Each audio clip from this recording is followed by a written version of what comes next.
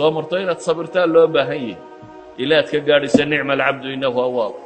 haddii magac iyo maamuus iyo xoolo iyo sulto iyo waxaana ku soo maraan iyana imtixaan kale un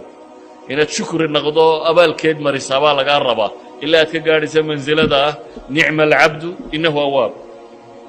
idan waxaan leenahay dunidu aynu ku nool lahay waa imtixaan gebigeedba nabluukum bishari waalkhayr bay taagantay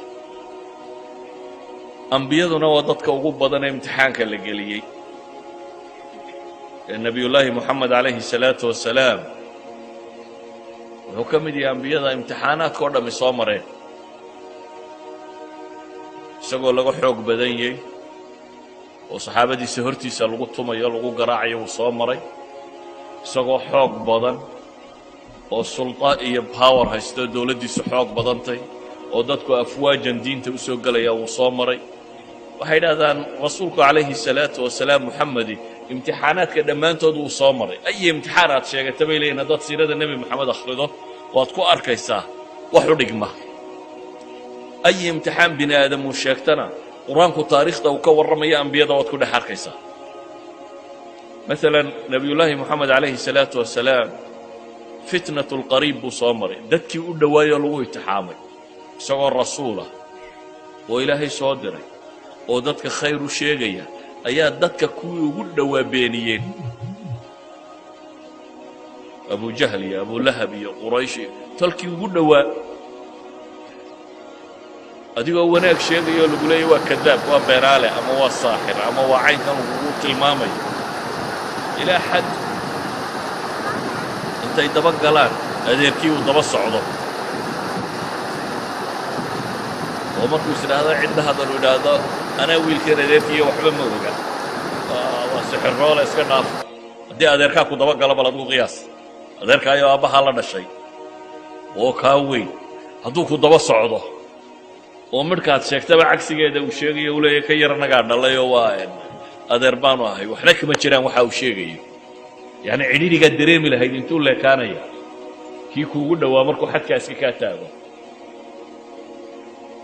ilaahay subxaanaه wa tacaala wuxuu u soo dejiyey qur-aanka markaa laynoogu tilmaamayaa imtixaanaadkaasi wax lagaga gudbo oo ay ka mid tahay inuu qalbiga bini aadamku cidhiidhigaasi aanu dareemin cidhiidhi kastoo aad dareemto wax lagaga caafimaado alaslu qur-aanku wuxuu tilmaamaya alaa bidikri اllaahi taطma'inu اlquluub ilaahay xuskiisa in qalbigu ku dego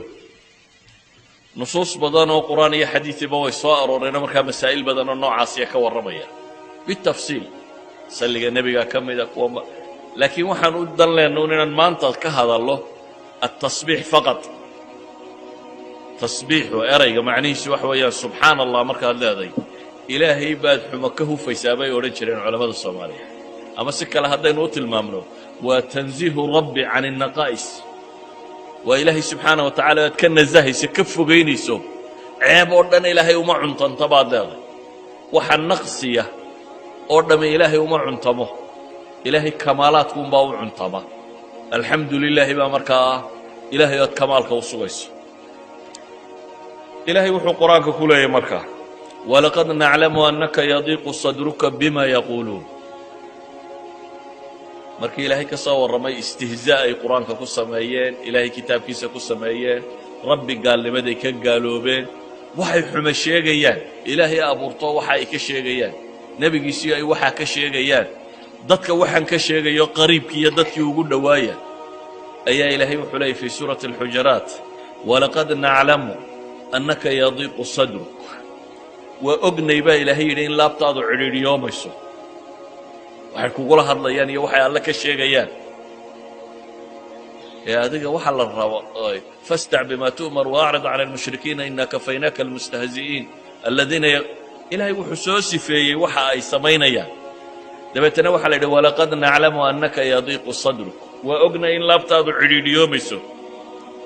ee fasabbix bixamdi rabbik wa kun min asaajidiin fasabbix tasbiixso ilaahay xumo ka huf multabisan bixamdi rabbik adigoo ku maraya amase ku dheehaya alle ammaantiisa wakun min asaajidiin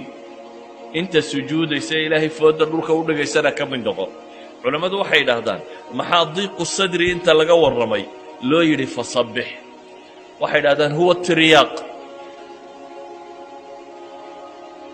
waa dawaa'un yustashfaa bihi, waxa lagu caafimaadaya waxa way markii xanuunka loo sheegay ee dhibta haysata ayaa ilaahay yidhi sidaa yeel. sida nebiga la yidhi yeel bay culammadu leeyihiin waa sida laabtu ku caafimaado. walidaalika baa qur-aanka meelo badan waxaa ku soo arooray qad naclamu inahu layaxzunuka aladii yaquuluun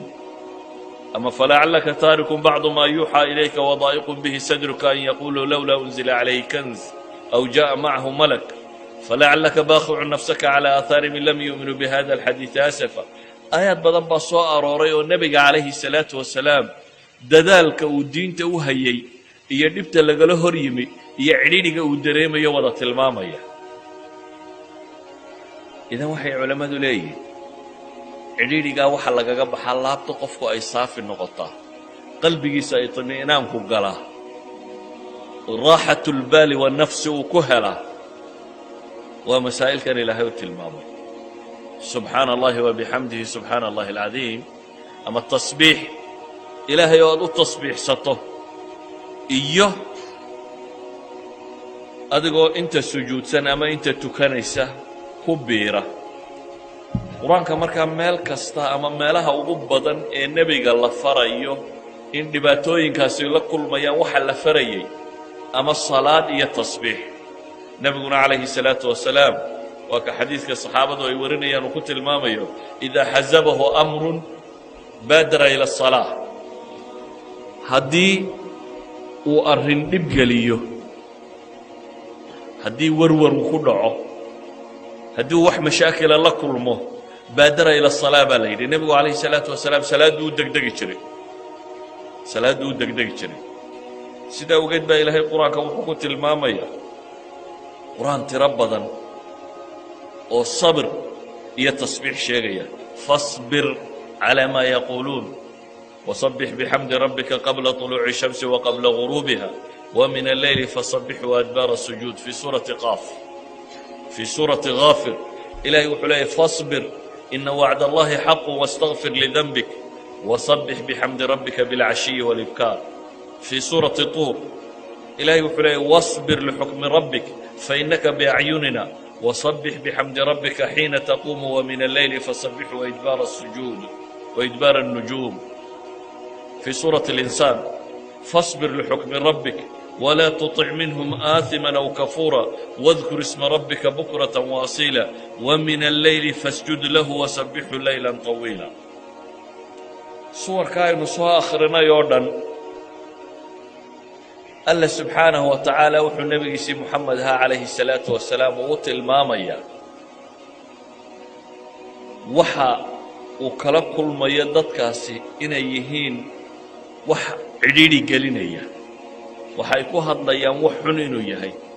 nebiguna calayhi الsalaatu wasalaam rabbi wax ka sheegiisa iyo diinta wax ka sheegeeda inuu cidhiidhi dareemi doono. dabeetana waxaa loo tilmaamay sabir, tasbiixsana ama tuko. suwar kalena iyadoo salaadda iyo sabirku isku xidhan yihin wastaciinuu bisabri wasalaa ilaahay uu ku tilmaamayo waa soo aroortay. waxaa kaloo soo arooray nebiyullaahi yuunus dannuun oo tolkii markuu dhib kala kulmay ka tegay isagoo cadhaysan oo moodayeen inay ilaahay u qabanaysay mufasiriintu tilmaamaan, oo dabeetana bad tegey, doon fuulay. si kastaba ha noqotee isaga sahmiguu ku dhacay, doonta ha la khafiifiye la yidhi. nebiyullaahi yuunus doonta laga tuuray, dabeetana uu cunay ama iltiqaa buu libqiyey nimiri, xuut, weyl ayaa libqiyey. alla wuxuu tilmaamayaa meeshaa cidhiidhiga ah markuu galay waa cidhiidhi halkii u dambaysay. baddu marka hore ilan geed la cuskadaana tahy, haddaad badweynta ku hafato marka horeanad nolosha laga quustaa. haddana haddaad bahal calooshii sii gasho, hadaa walba bad ku jiray, haddana bahal calooshii aad sii gasho, waxaynu odhan karnaa waa meeshii u dambaysay ee nolol lagaga quusan lahaa. halkaa markuu galay baa ilaahay yidhi wadannuuni id dahaba mugaadiban fadanna an lan naqdira calayhi fanaadaa fi dulumaat mugdiyadaasuu ka dhex dhawaaqay baa ilaahay yidhi